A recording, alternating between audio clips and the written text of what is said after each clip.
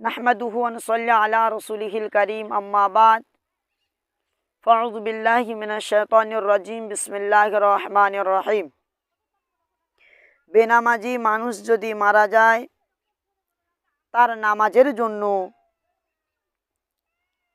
কিছু করা যাবে কি না? যাবে।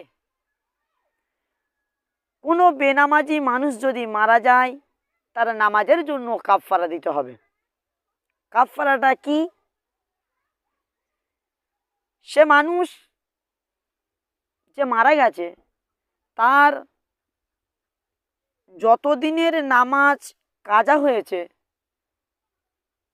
এবং যত ওয়াক্তের নামাজ কাজা হয়েছে প্রত্যেক ওয়াক্তের বিনিময়ে একটা করে ফিতরা দিতে হবে।